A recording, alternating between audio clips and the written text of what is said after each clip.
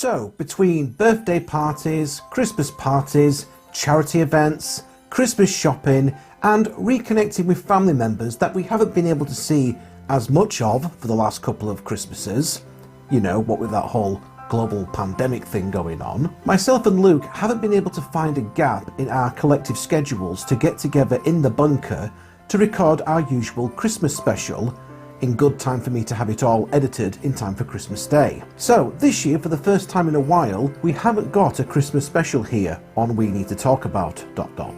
However, fear not, for this does mean that season 4 of We Need to Talk About ... is now going to extend into 2023, and it does mean that Luke now has all the Christmas period to actually sit down and watch that DVD of the apple that I lent him. Wahahaha.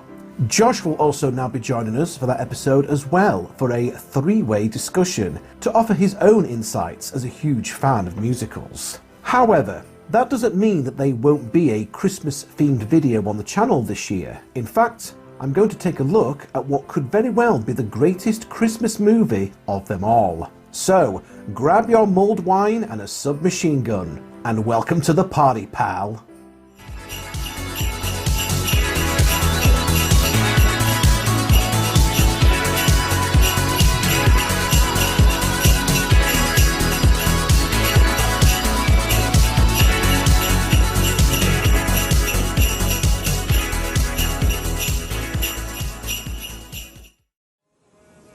Some people say that this isn't a Christmas movie, even though it's set at Christmas. I say those people are wrong, and that the original Die Hard is very much a Christmas movie. And the same goes for the likes of the first Lethal Weapon movie, the first Gremlins movie, Batman Returns, Iron Man 3, Star Trek Generations, and of course, The Shining. Die Hard is the touching story of one man's desire to reunite with his estranged wife at all costs in time for Christmas. However, those plans quickly go awry when hijinks ensue at an office Christmas party. Together with his wife, who is called Holly, I mean that must be deliberate, right? And an unexpected, bearded rooftop visitor with a bag full of surprises, they'll soon discover the true meaning of Christmas. And a machine gun. Ho, ho, ho. Do you really think you have a chance against us, Mr. Cowboy? Yippee-ki-yay, motherfucker. Die Hard was a movie that came out of nowhere when it was released in 1988, and it completely redefined the action movie genre, producing a lot of imitators, and the term Die Hard would become a shorthand for plots featuring one man facing overwhelming odds in a restricted environment. For example, in the years that followed, there was Die Hard on a bus with Speed, Die Hard on a boat with Speed 2 and Under Siege, Die Hard on a plane with Passenger 57 and Turbulence, Die Hard on a train with Under Siege 2, Die Hard on a mountain with Cliffhanger, and of course, Die Hard on Air Force One with, Air Force One. Bruce Willis himself recalled being pitched a film that was Die Hard in a skyscraper. He said he was pretty sure it had already been done. Crime writer Roderick Thorpe had a novel called The Detective, published in 1966, that was adapted into a hit film starring Frank Sinatra. Years later, Thorpe was inspired by the disaster movie The Towering Inferno, and wrote a sequel to his earlier novel called Nothing Lasts Forever, that was published in 1979. Years after that, screenwriter Jeb Stewart was adapting Thorpe's novel into a script for 20th Century Fox. Whilst writing the script, Stewart did lighten up the story considerably in the process, making the lead character more likeable and less of a disgruntled anti-hero that was in the book. Stephen E. D'Souza, writer of many movies in the 1980s, although probably better known for directing Street Fighter the movie, was also brought in to rewrite and rework some of the script, something that D'Souza would be often called upon to do. With a script in place, a director was quickly decided upon for the film, John McTiernan, who was fresh off from finishing Predator, starring Arnold Schwarzenegger. Dylan! You son of a bitch! And yes, at this early stage, the Austrian oak was a likely casting choice for the role of John McClaine. In fact, at one point, Die Hard was pitched as being a sequel to Schwarzenegger's earlier film, Commando. However, even though he was never seriously considered, there was a contractual obligation to offer the leading role to Frank Sinatra first. Sinatra was 70 at the time and sensibly declined the offer. The role of John McClane would then be turned down by a number of the decade's most popular action movie stars. Not just Big Arnie, but also Stallone, Mel Gibson, and even MacGyver himself, Richard Dean Anderson. A decision that I am sure they're still kicking themselves over to this day. Bruce Willis was a wild card entry in the casting process, as at the time he was known mainly for his work on television, most notably the romantic comedy TV series Moonlighting, alongside Sybil Shepherd. He originally declined the offer because there was no way he was going to be able to fulfill his obligations to the television show and also be available for the filming of a major Hollywood motion picture. But then, fate intervened in a very odd way when Shepherd unexpectedly became pregnant. With the TV show's production being put on hold for a few months, this freed up Willis's time to accept the role that would make him into a leading man in Hollywood. Although at the time, 20th Century Fox didn't even want to put his face on the poster. Willis's everyman persona was essential to conveying the idea that the hero could fail. Unlike the larger-than-life characters played by Stallone or Schwarzenegger, who portrayed invincible, infallible, catchphrase spouting heroes in unrealistic settings, Willis's portrayal of John McClane redefined the action genre, presenting an ordinary, regular guy who has been thrown into extraordinary circumstances. Willis drew upon his working-class upbringing in South Jersey for the character, including that attitude and disrespect for authority, that gallows sense of humour. 9 million terrorists in the world, and I gotta kill one with feet smaller than my sister. He is failing, both personally and professionally. He doesn't really like himself all that much, and he serves as a vulnerable, identifiable hero who openly sobs, admits his fear of death, and sustains lasting damage. Importantly, his one-liners do not come from a place of superiority over his foes, but as a nervous reaction to the extreme situation in which he finds himself. They are bloody funny one-liners though. Come out to the coast, we'll get together, have a few laughs. Thanks for the advice. All things being equal, I'd rather be in Philadelphia. Attention, whoever you are, this channel is reserved for emergency calls only. No fucking shit, lady! Do I sound like I'm ordering a pizza? On a similar note, the late great Alan Rickman's portrayal of the main villain, Hans Gruber, redefined action movie bad guys forever.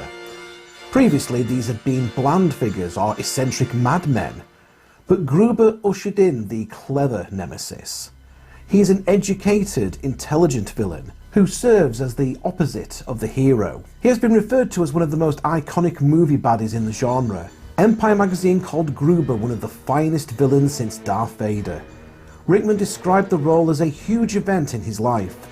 This was Rickman's first major film role, and the first in a long line of sneering intellectual villains that would define the rest of his career. New York police officer John McClane is estranged from his wife Holly, who has moved out to downtown Los Angeles for a new high-powered office job at the half-finished Nakatomi Plaza. He has been invited to her office Christmas party where he hopes to try and reconnect with her. But let's be honest here folks, if there's ever been a driver for the breakup of marriages, it's usually having to attend a social event at your partner's place of work. I guess you didn't miss my name though, huh? Except maybe when you're signing checks. Since when did you start using Ms. Gennaro? It's a Japanese company. They figure a married woman's got... You are a married woman, Holly. You're married to me. We're gonna have this conversation again. We did this in July. We meet Holly's boss and some of her work colleagues, including coat-the-tuck yuppie prat Harry Ellis.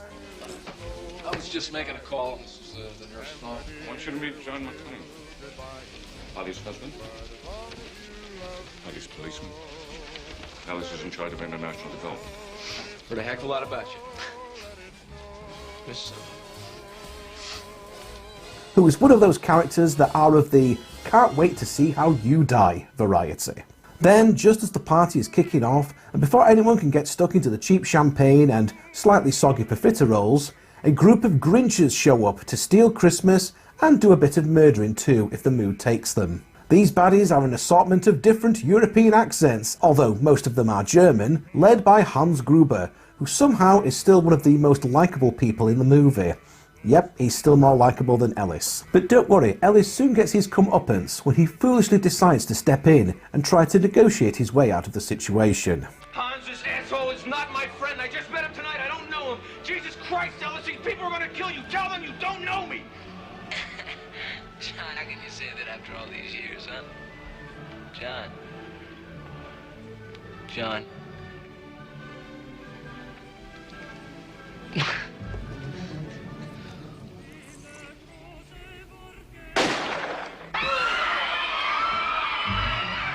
What follows is a shoeless John McClaine waging a one-man guerrilla war against Gruber and his goons, sneaking around several floors still under construction whilst taking out the terrorists one by one, like ticking people off your Christmas list that you've already bought presents for. He has no plan. He's not a walking slab of muscle. He's got no martial arts or special forces training. He's just a man, on his own, desperately trying to survive. And he's got no shoes. McClaine and Gruber taunt each other over the radio, whilst John has a friend on the outside in the form of soon-to-be clocking off cop Al Powell, who has his own redemption story before the end of the film. I had an accident. The way you drive, I can see why. What'd you do? Run over your cabin, flip with the car. I shot a kid.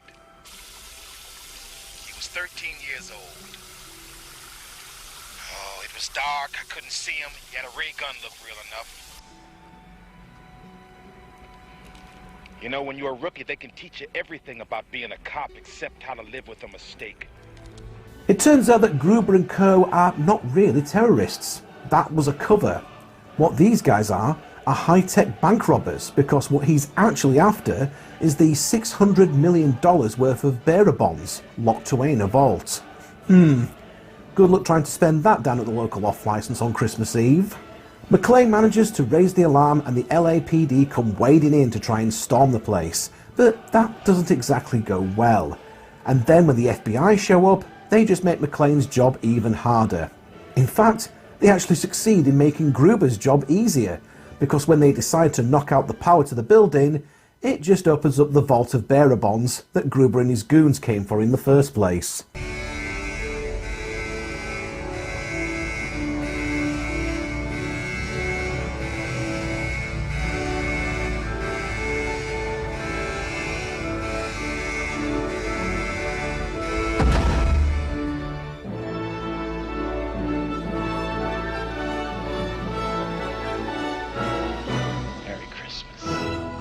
But a chance face-to-face encounter with Gruber himself, pretending to be a hostage, sees the pair meet each other in person for the first time, and it actually ends up becoming a turning point in their struggle against each other.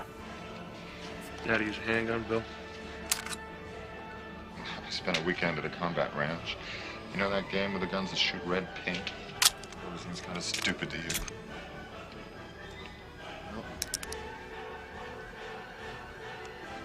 Not even a real thing, Bill. Having the hero and the villain meeting up like this halfway through the film and having constant interactions with each other would be almost unheard of before. Usually the main villain and hero wouldn't meet each other until right at the end of the film. But this new dynamic is something that would be influenced in many other films that followed, with the 90s in particular having a swathe of movie villains taunting the hero from afar. Another problem lurking in the background is ruthless news reporter Richard Thornton, whose desire for a huge headline-grabbing scoop identifies Holly as John's wife, which Gruber is quick to take advantage of. And for some reason, limo driver Argyle sits in the basement car park for the entire film, blissfully unaware of what is going on around him. Seriously, this guy is sitting in the limo with a teddy bear, using the phone, drinking, and listening to music while a hostage situation is going on. I'll only give him 1 star.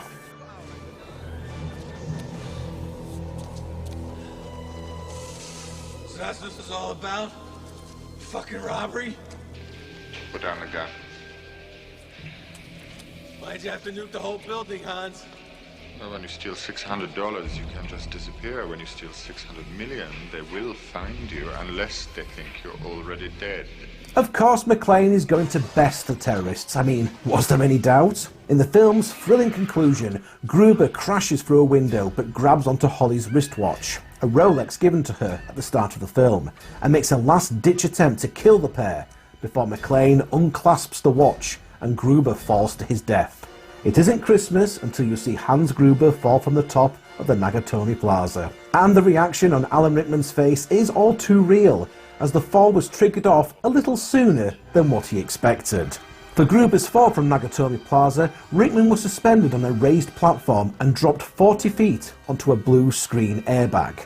This allowed the background behind him to be composited with footage taken from Fox Plaza and falling confetti that looked like bearer bonds. Rickman had to fall backwards onto the bag, something that stuntmen usually avoided doing in order to control their fall. McClaine convinced Rickman to go ahead with the stunt by first demonstrating it himself and falling onto a pile of cardboard boxes. Rickman was told that he'd be dropped on a count of 3, but was let go earlier to elicit a genuine look of surprise. It was certainly worth it, as Gruber's fall is one of the most memorable death scenes of a villain in a movie of all time, although Rickman was so pissed off with McClaine he didn't talk to him for the rest of the day.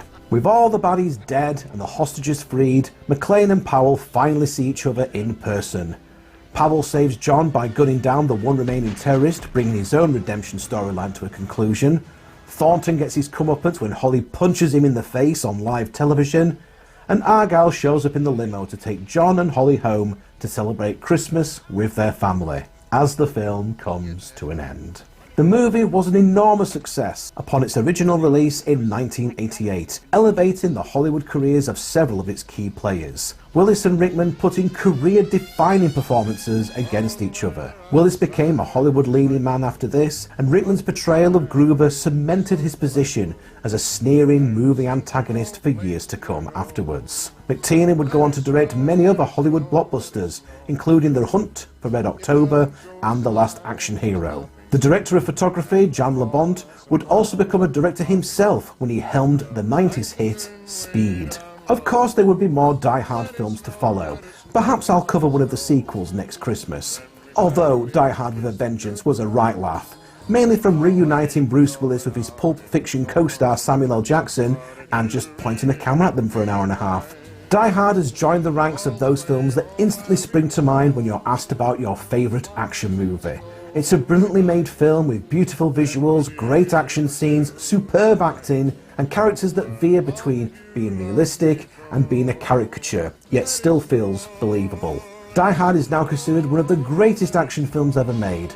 On the film's 30th anniversary in 2018, The Hollywood Reporter wrote that Die Hard was easily one of the most influential films in the action genre, whose impact could still be seen today in more contemporary films. The Guardian and the British Film Institute regarded it as the quintessential American action film, the latter calling it one of the 10 greatest action films of all time. This is a film that truly is for life, not just for Christmas. Well, anyway, that's the end of this analysis/rant on Die Hard, the greatest Christmas movie of all time. Thank you for taking the time to watch this video. If you have enjoyed this, then please do leave a like and a comment, and be sure to check out some of my other videos. Please also consider sharing this video across your social media platforms, and do be sure to subscribe to the channel as well, and ring that notification bell to receive updates on whenever I have a new video up for you to watch. But for now, thank you very much for stopping by the Big Daddy D Reviews channel. Have a very Merry Christmas, and we'll catch you again in 2023.